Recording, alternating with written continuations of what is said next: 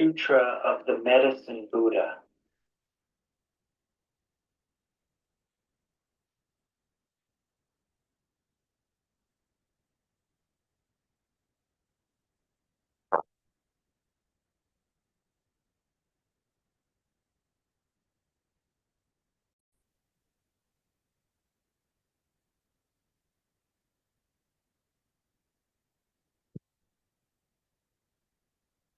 Good evening, everybody. Hopefully you have had a nice dream, right? Yeah. It's early morning now, and time for us to recite the Sutra of Medicine Buddha together from the beginning to the end. Hopefully you have had a nice daytime. Okay, now let's go ahead. Sutra of the Medicine Buddha, translated from Sanskrit into Chinese by the Tang Dynasty Tripitaka Master Xuanzang, translated into English by Min Tan and P.D. Lee, 2001, edited in blue by Daisy Spirit and Enid Spirit, according to the instructions of the kind mentor Benny Spirit, of Buddha's Practice Incorporated in June 2024. Thus have I heard, once Buddha Sakyamuni, the world-honored one, was traveling throughout the various lands to teach and convert the people. When he arrives in Vaisali, he rested under the tree of music, accompanied by 8,000 great bhikshus, an immeasurably great assembly, including 36,000 great bodhisattvas as well as kings, great ministers, Brahmins, laymen, and women, the 8 types of divinities and other human and non-human beings, gathered respectfully around the Buddha as he preached the Dharma. At that time, the Bodhisattva Manjusri, Prince of the Dharma, receiving the awesome spiritual power of the Buddha, rose from his seat, adjusted his robe to bare his shoulder, and knelt on his right knee. He bowed deeply, and with palms joined, respectfully addressed the Buddha. World-honored one, may I please request you to explain the various names and titles, the great, past vows, and the superlative virtues of the Buddhas, so that those who are listening to you will be freed of karmic obstructions, while in the future, sentient beings in the Dharma semblance age will also derive great benefit and joy. The Buddha praised the Bodhisattva Manjusri, saying, "Excellent, excellent Manjusri, out of great compassion, you have urged me to explain the names and titles, merits and virtues and past vows of the Buddhas, in order to liberate those who are bound by karmic obstructions and bring benefits, peace and joy to all sentient beings in the Dharma semblance age. Now, listen attentively and reflect very carefully upon what I am about to say." The Bodhisattva Manjusri replied, "So be it, world-honored one. We will joyfully listen to whatever you wish to teach."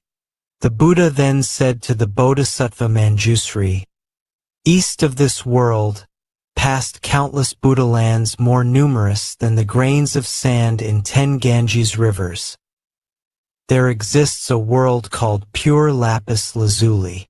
The Buddha of that world is called the Medicine Buddha Lapis Lazuli Radiance Tathagata, Arhat, the perfectly enlightened, perfect in mind and deed, well gone, knower of the world, unsurpassed being, tamer, teacher of gods and men, Buddha, world-honored one." Manjusri, when the world-honored Medicine Buddha was treading the Bodhisattva path, he solemnly made 12 great vows to grant sentient beings whatever they desired.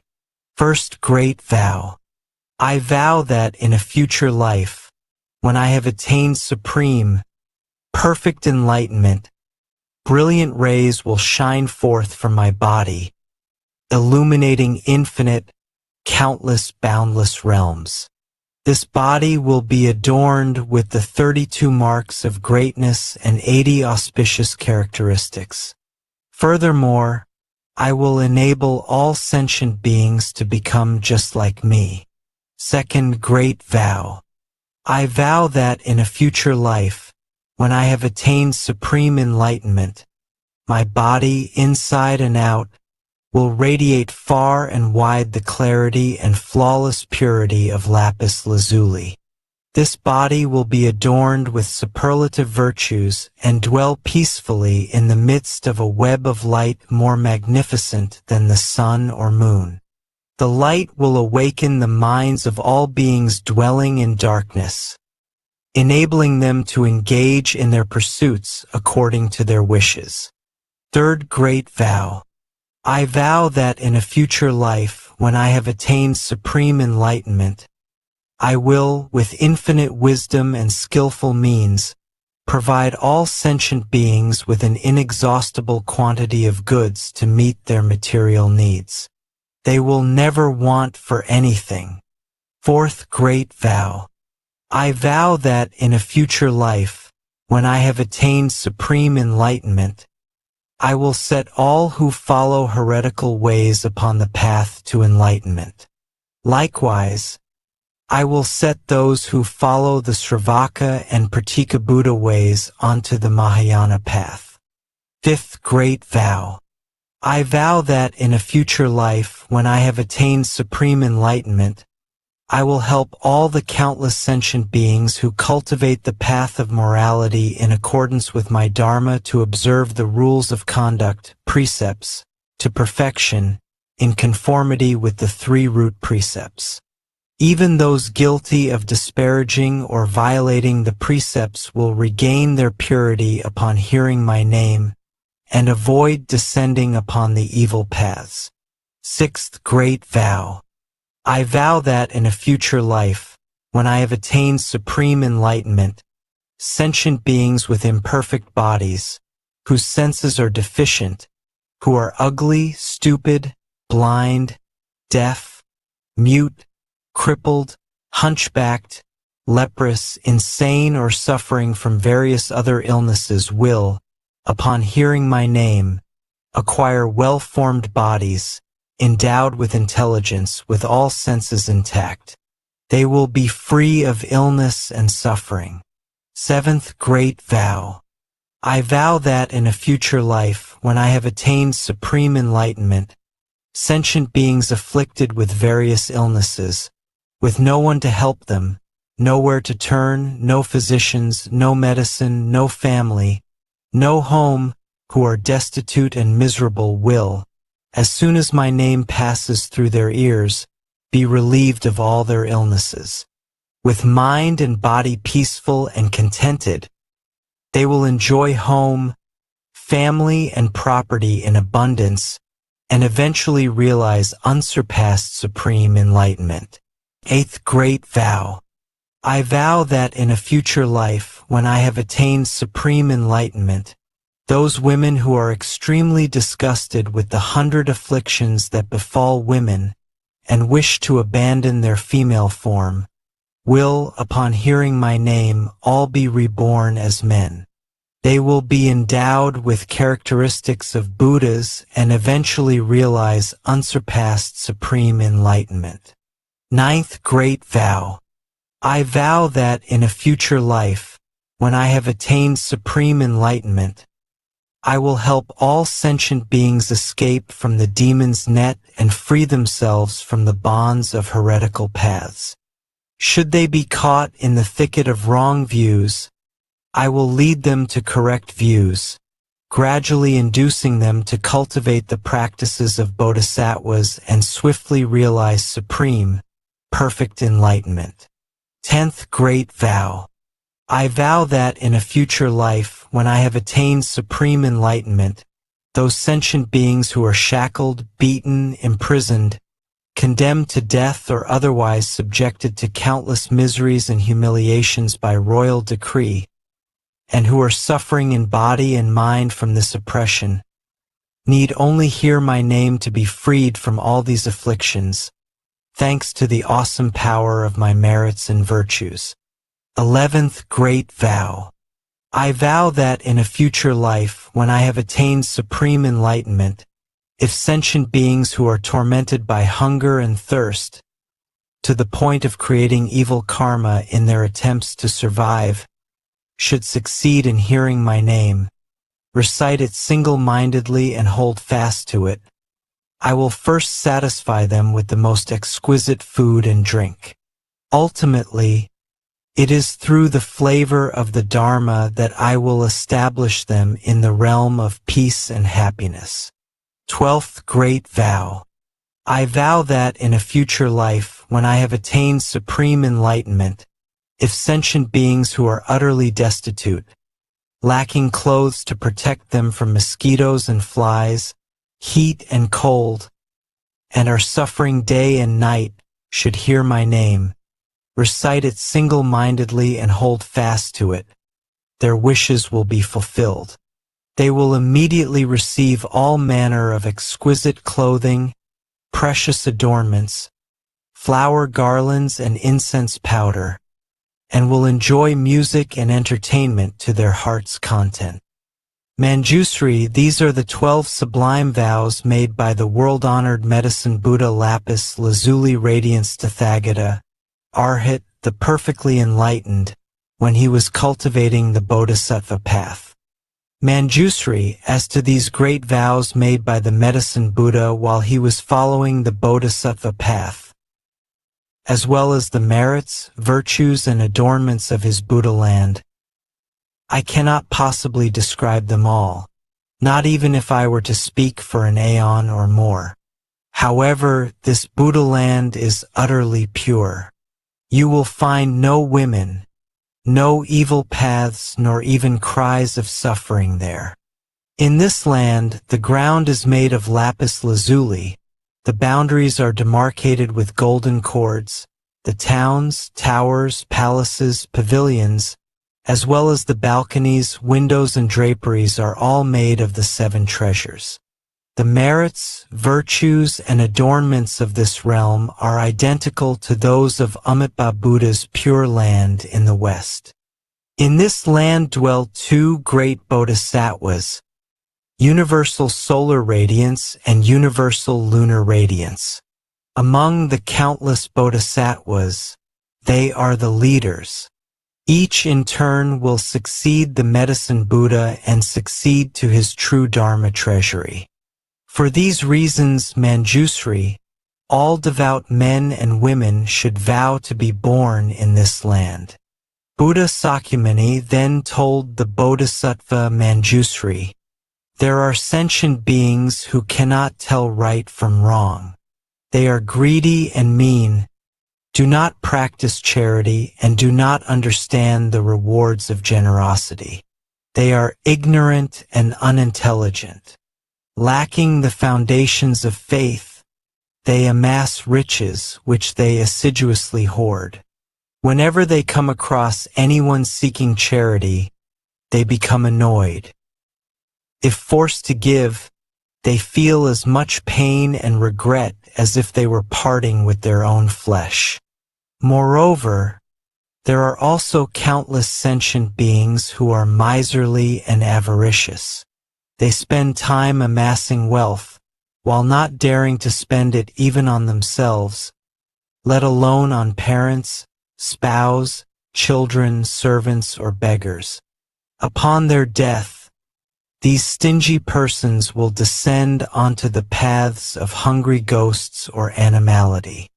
However, even though they may suffer such a fate, if in a previous existence in the human realm they happen to hear the name of the medicine Buddha, and now recall and recite his name even briefly, they will immediately vanish from the evil paths to be born once more among humans.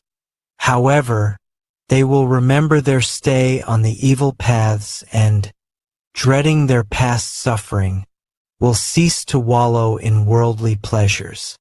They will gladly practice charity themselves, praise others who do so, and will no longer be stingy. Eventually, they will even be able to donate their head, eyes, limbs, blood, flesh or other parts of their bodies to those who need them, not to mention mere material possessions. Moreover, Manjusri, there are sentient beings who have accepted the teachings of the Tathagata but have violated the precepts, moral rules, or they have not violated the precepts but have broken the regulations. Or else, while they have violated neither the precepts nor the regulations, they have disparaged right views. Or they have not disparaged right views but have abandoned extensive study of the Dharma and thus cannot explain the profound meaning of the sutras preached by the Buddha. Or else, although they may be learned, they have grown conceited. Because conceit clouds the mind, they believe that they are in the right and others are in the wrong. Therefore, they deprecate the correct Dharma and ally themselves with demons. Such deluded persons not only follow wrong views themselves, they also lead countless other sentient beings into the same great pitfall. These sentient beings are bound to wander endlessly on the paths of hell, animality, and hungry ghosts. Yet, if they should succeed in hearing the name of the Medicine Buddha, they will abandon their evil conduct forthwith to cultivate wholesome ways, and thus avoid descending upon the evil paths. Even those who cannot abandon evil practices or cultivate wholesome teachings, and thus descend onto the evil paths, can still benefit from the awesome power of the Medicine Buddha's past vows. If through this power they should hear his name even briefly, their lives on the evil paths will end and they will be born again in the human realm. They will hold correct views, diligently pursue their practice and tame their minds. They will then be able to abandon the home life to become monks or nuns. They will uphold and study the Dharma of the Tathagatas rather than disparaging and violating it. With correct views and extensive study, they will fathom the extremely profound meaning of the teachings, abandon all conceit and cease to disparage the correct Dharma. They will no longer have demons as companions, but will gradually cultivate the practices of Bodhisattvas and swiftly perfect them. Moreover, Manjusri, there are sentient beings who are avaricious, envious, jealous, and accustomed to praising themselves and disparaging others. They are bound to sink onto the three evil paths, suffering intense misery for countless thousands of years. When this intense suffering comes to an end, they will be born in the human world as oxen, horses, donkeys, or camels. Often beaten and mistreated, they will suffer hunger and thirst and constantly travel along the road carrying heavy loads. If they succeed in returning as human beings, they will be among the poor and lowly, always serving others, constantly receiving orders, never being free. However, if any of them, in a former incarnation as a human being, have heard the name of the world-honored Medicine Buddha and, as a result of this good cause, now remember and single-mindedly take refuge in him, they will, thanks to this Buddha's spiritual powers, escape all suffering. Their senses will be sharp and they will be wise and learned, constantly seeking the supreme teachings and meeting with Buddhas or Bodhisattvas. They will break forever through Mara's net, smash the shell of delusion, dry up the river of afflictions, and thus escape all the worry and suffering of birth, old age, disease, and death. Moreover, Manjusri, there are sentient beings who love to quarrel, create schisms, and engage in legal disputes. They constantly make themselves and others suffer, creating and increasing all kinds of evil karma with body, speech, and mind. They plot against one another without mercy, while invoking the spirits of mountains, forests, trees, and tombs. They kill sentient beings and use their flesh and blood to propitiate the Yaksa and Rakshasa demons. They may take advantage of various evil or deviant methods to harm others. However, if the victims succeed in hearing the name of the Medicine Buddha, none of these evil practices can harm them. Moreover, everyone concerned will develop compassionate minds, endeavoring to benefit and bring peace and joy to others. They will abandon their harmful thoughts and their angry, spiteful minds, and all parties will be happy and satisfied with what they have. They will cease to encroach upon others, but will instead seek to benefit one another. Moreover, Manjusri within the fourfold assembly of bhiksus, bhiksunis, upasakas, and upasakas, as well as among other men and women of pure faith, there are those who are able to adhere to the 8 precepts for a full year or for 3 months a year, dedicating these good roots toward rebirth in the Western Pure Land of Amitabha, the Buddha of infinite life, so as to listen to the correct Dharma. If their rebirth in the Pure Land is still uncertain, but they hear the name of the world-honored Medicine Buddha, then, at the time of death, 8 great Bodhisattvas, namely Manjusri, Avalokitesvara, Mahasthamaprapta, Aksyamati, Ratnakandana, Vaishajyaraja, Vaishajyasamudgata, and Maitreya will traverse space and descend to show them the way. They will thereupon be reborn spontaneously in jeweled flowers of many hues. Moreover, there are those who are born in the celestial realms, thanks to hearing the name of the Medicine Buddha. Despite their birth in the celestial realms, their good roots are still not exhausted, and thus they will not be born again on the evil paths. When their lifespan in the celestial realms comes to an end, they may return to the human world as wheel-turning kings, ruling over the 4 continents around Mount Sumeru. With awesome virtues and ease, they will set countless hundreds of thousands of sentient beings onto the path of the 10 virtues. Or else, such persons may be born as Kshatriyas, the military ruling class, or Brahmins or laymen of great families, with abundant wealth and overflowing granaries and storehouses. They will be endowed with noble features, numerous family members and retainers, as well as intelligence, wisdom, bravery, vigor, and the imposing demeanor of a great hero. Likewise, if there is any woman who hears and single-mindedly holds fast to the name of the Medicine Buddha, she will never again be born in female form. Manjusri, after the Medicine Buddha attained Supreme Enlightenment, he realized, by virtue of his past vows, that sentient beings endured various diseases. Some were the targets of black magic or various poisons, while others suffered short lives or untimely death. At that time, seeking to put an end to these miseries and fulfill the desires of sentient beings, he entered a samadhi called eliminating all the suffering and afflictions of sentient beings. Once he entered that samadhi, a brilliant light shone forth from his anna as he uttered a great dharni.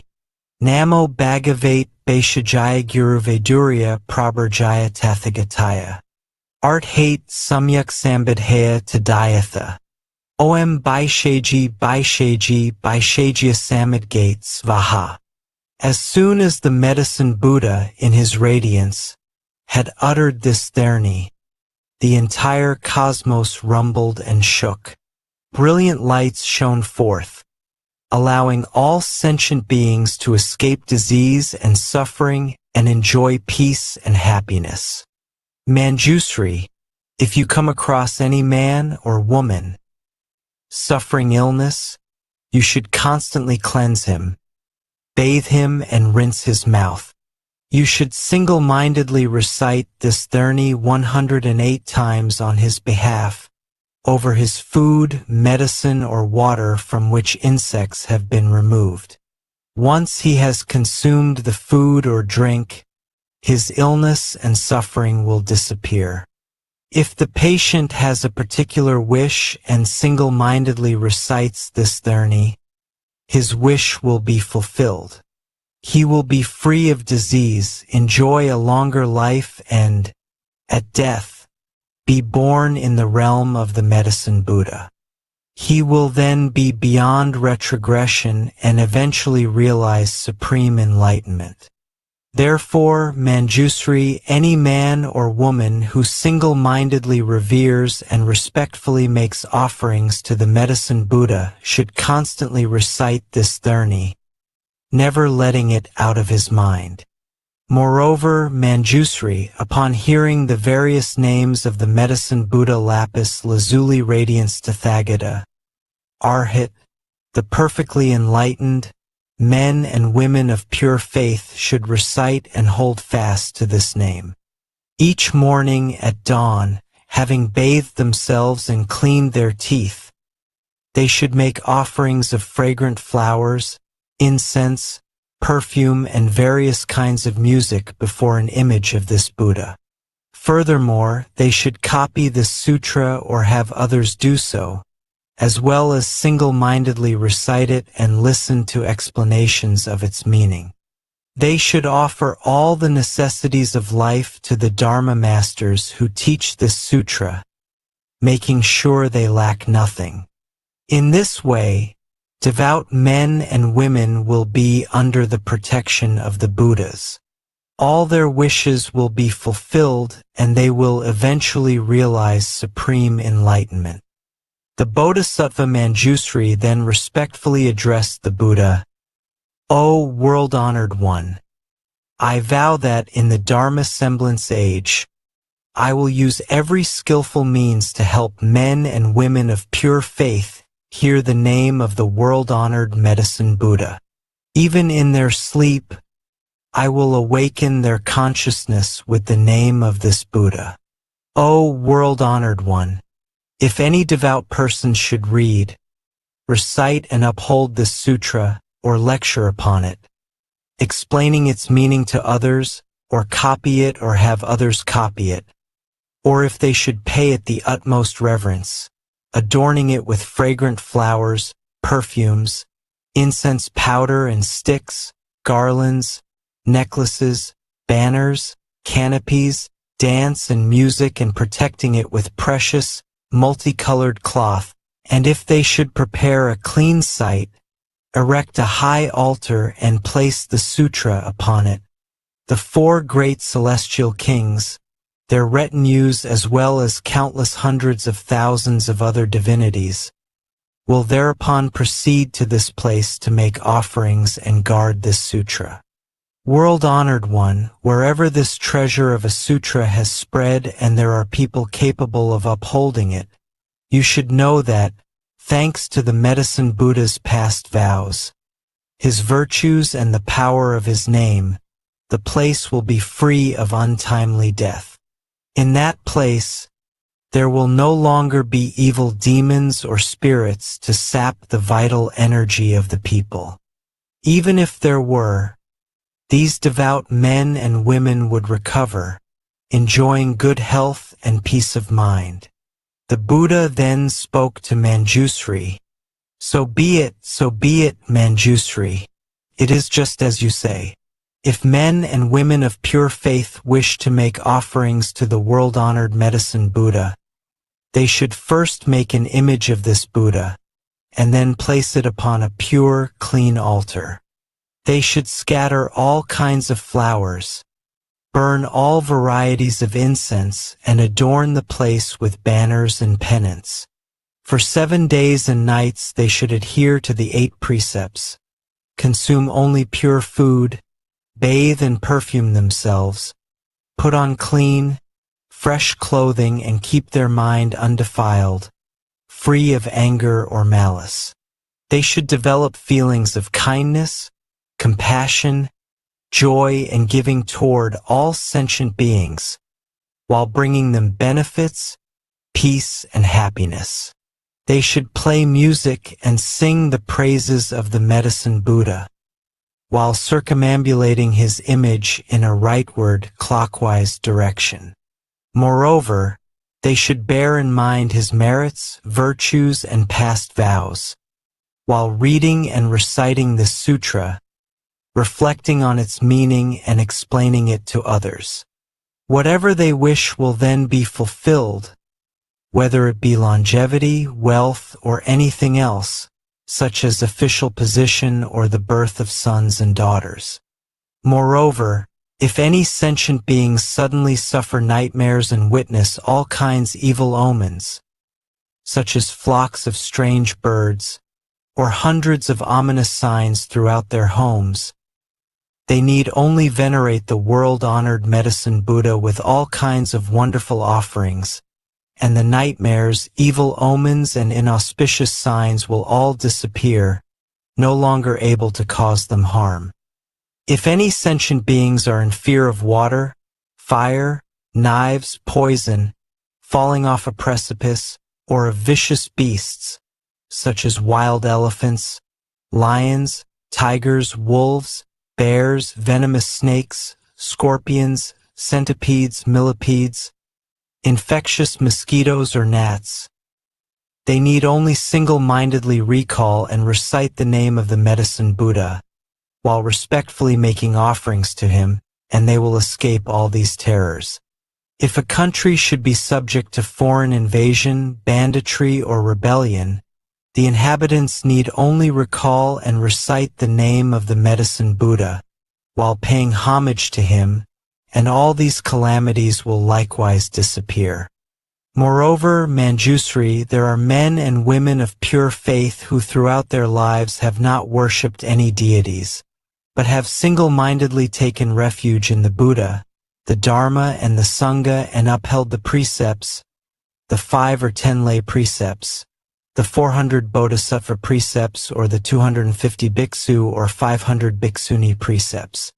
However, if any of them have violated the precepts they have taken and fear falling onto an evil path, they should concentrate on reciting the name of the Medicine Buddha and respectfully make offerings to him.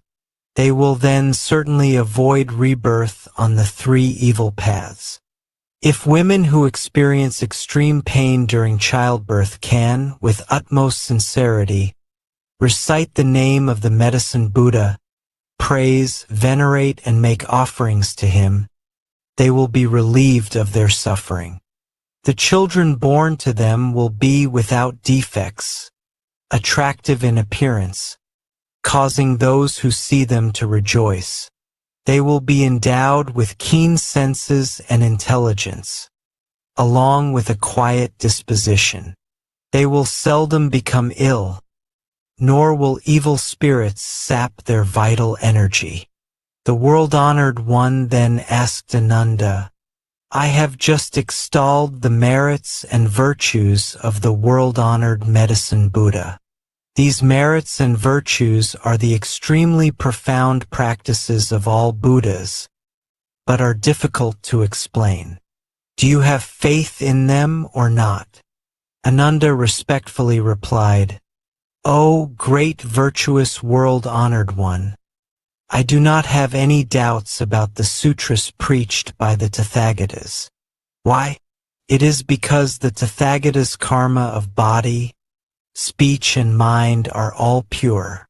O world-honored one, the sun and the moon may fall, Mount Sumeru, the majestic king of mountains, may tremble, but the words of the Buddhas can never change.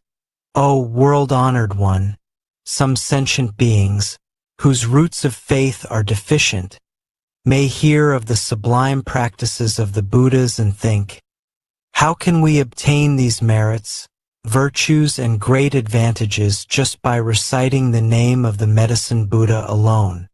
Because of this lack of faith, they even develop disparaging thoughts, thus forfeiting great benefits and remaining in the long, dark night of ignorance. They descend onto the evil paths, revolving along them without end. The Buddha then said to Ananda, "If these sentient beings should hear the name of the world-honored Medicine Buddha, single-mindedly recite and hold fast to it without harboring doubts, then it will be impossible for them to sink onto the evil paths." O Ananda, these extremely profound practices of the Buddhas are difficult to believe in, difficult to understand. Yet you are now able to accept them. You should realize that this is all due to the awesome power of the Tathagatas. O Ananda, even the Sravakas, Prataka Buddhas, and Bodhisattvas who have not reached the 10 grounds, stages, cannot understand and believe in this truth. Only the Bodhisattvas who are one lifetime away from Buddhahood can. O Ananda, a human rebirth is difficult to achieve. However, to believe in, respect, and honor the Triple Jewel is even more difficult. To hear the name of the world-honored Medicine Buddha is more difficult still. O Ananda, the Medicine Buddha has cultivated countless bodhisattva practices, employed countless skillful means, and made countless far-reaching vows. If I were to take an aeon or more to recount them, the aeon would come to an end before I could exhaustively describe all these wonderful practices, vows, and skillful means. At that time, a great bodhisattva in the assembly, named Salvation, arose from his seat, adjusted his robe to bare his right shoulder, knelt on his right knee, bowed, and, with palms joined, respectfully addressed the Buddha. O great virtuous world-honored one, in the Dharma semblance age, there will be sentient beings who suffer numerous calamities, and are always sick and emaciated, unable to eat or drink, their throats dry and lips parched, their eyes seeing darkness everywhere. As the signs of death appear, they are surrounded by parents, family, friends, and the ones who master the wonderful Dharma weeping and lamenting. As such a patient lies in bed, he sees the messengers of Yama arrive to lead his consciousness before this king of justice. Now, all sentient beings have inborn spirits who record everything they do, both their transgressions and their merits. These spirits then present the patient's entire record to King Yama. At that time, the king questions the dying person and tabulates his good and bad karma before deciding upon his fate. If, at that point, the relatives and the ones who are proficient in wonderful dharma of the patient are able to take refuge in the world-honored Medicine Buddha on his behalf, invite monks and nuns to recite this sutra, light 7-tiered lamps, and hang multicolored longevity banners, his consciousness may return then and there, and he will see himself clearly as though in a dream. Or else, after 7, 21, 35, or 49 days, when his consciousness returns, as if awakening from a dream, he will recall his good and bad karma and the consequences thereof. Having personally witnessed the consequences of karma, he will never again create evil karma, even if his life is in danger. Therefore, men and women of pure faith should uphold the name of the Medicine Buddha, venerate and make offerings to him according to their means. Ananda then asked the Bodhisattva Salvation, "Good man, how should we venerate and make offerings to the world-honored Medicine Buddha, and how should we make the longevity penance and lamps?" The Bodhisattva Salvation replied, "Virtuous one, in order to help the patient recover, you should adhere to the 8 precepts for 7 days and 7 nights, make offerings of food, drink, and other necessities to a group of monks and nuns in accordance with your means. Pay homage and respectfully make offerings to the world-honored Medicine Buddha 6 times a day and recite this sutra 49 times. You should light 49 lamps, make 7 images of the Medicine Buddha and place 7 lamps, each as large as a cartwheel, before each image, letting them burn continuously for 49 days and nights. You should also make multicolored banners, 49 hand lengths long. Furthermore, you should release 49 species of animals, thus sparing their lives.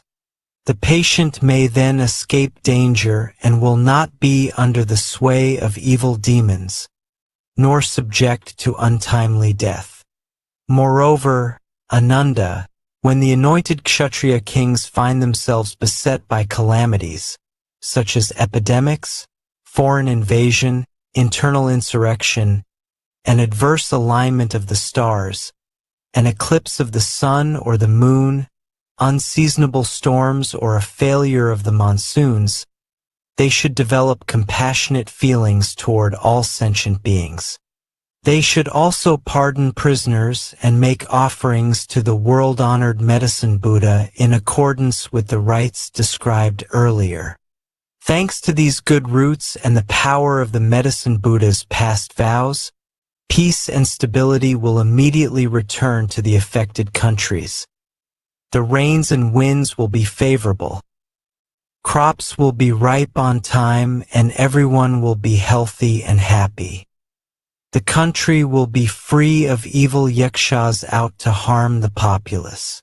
All the evil omens will immediately disappear, and these anointed Kshatriya kings will enjoy greater longevity and vitality, finer appearance, as well as greater health and freedom than ever before.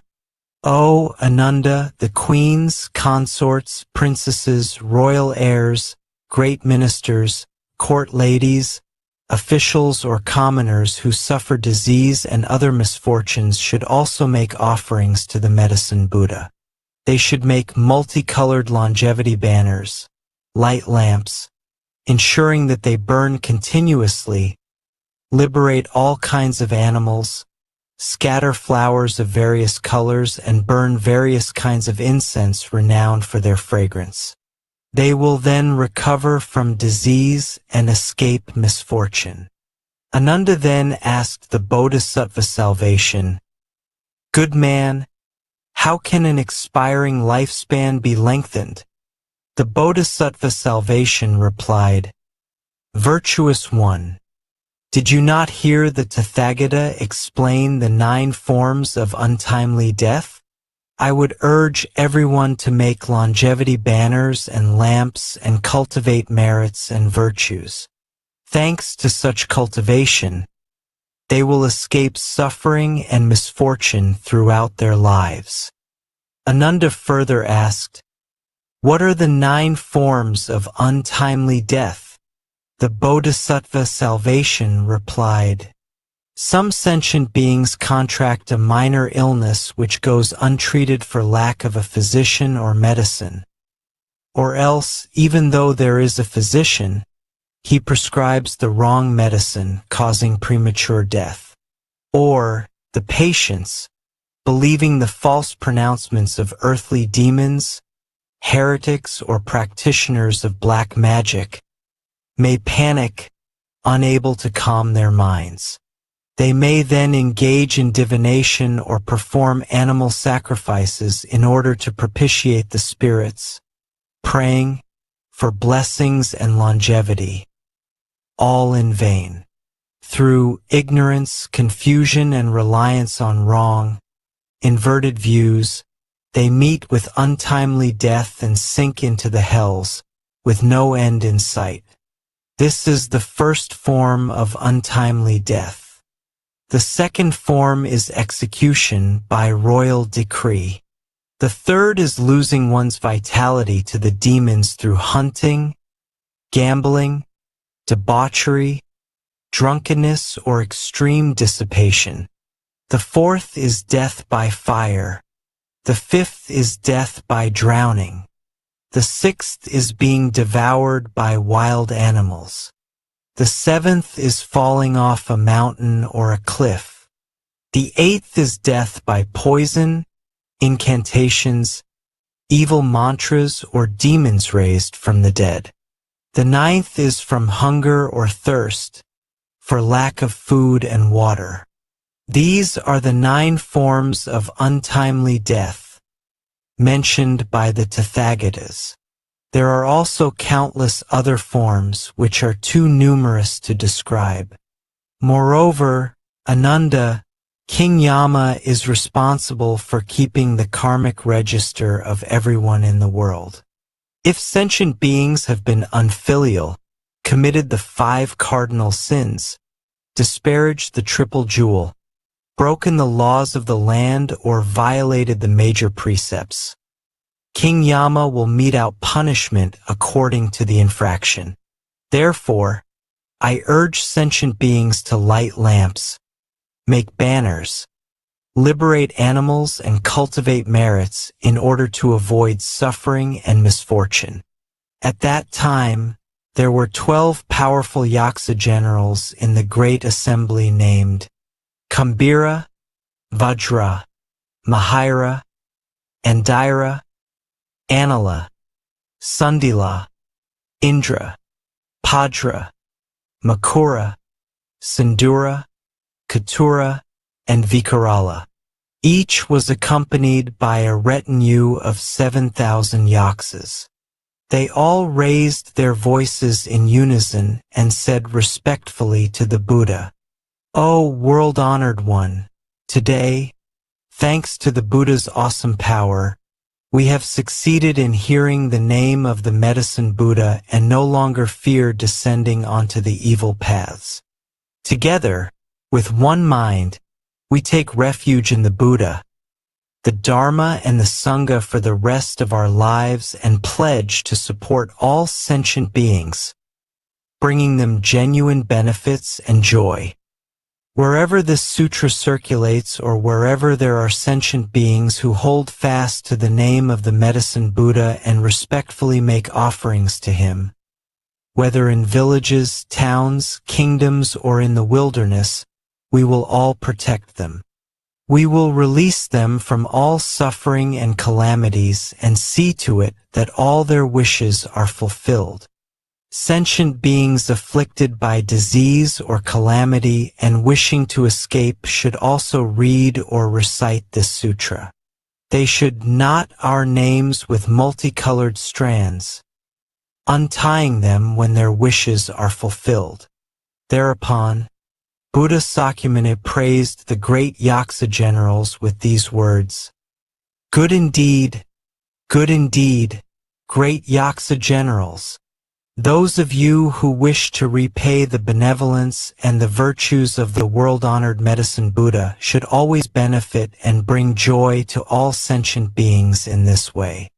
Ananda then asked the Buddha, "World-honored one, what should we call this teaching, and how should we adhere to it and put it into practice?" Buddha Sakyamuni replied to Ananda, "This teaching is called the past vows, merits, and virtues of the Medicine Buddha, or the Dharni of the vows of the 12 Yaksa generals to benefit sentient beings or eradicating of all karmic obstacles. You should uphold it as such." When Buddha Sakyamuni finished speaking, the great Bodhisattvas, as well as the great Sravakas, kings, ministers, Brahmins, laypersons, Devas, Nagas, Yaksas, Gandharvas, Asuras, Garudas, Kinnaras, Maharagas, and other human and non-human beings all rejoiced at the Buddha's words. They faithfully accepted them and put them into practice. Sutra of the Medicine Buddha Lapis Lazuli Radiance Tathagata. His past vows, merits, and virtues. Homage to the Medicine Buddha's great assembly of Buddhas and Bodhisattvas. Yeah, homage to the Medicine Buddha's great assembly of Buddhas and Bodhisattvas. Homage to our fundamental teacher, Shakyamuni Buddha. Homage to our kind mentor, Benny. So that's all for today. Thank you so much for your time to recite the whole sutra through. Thank you. Catch up tomorrow. Have a beautiful day.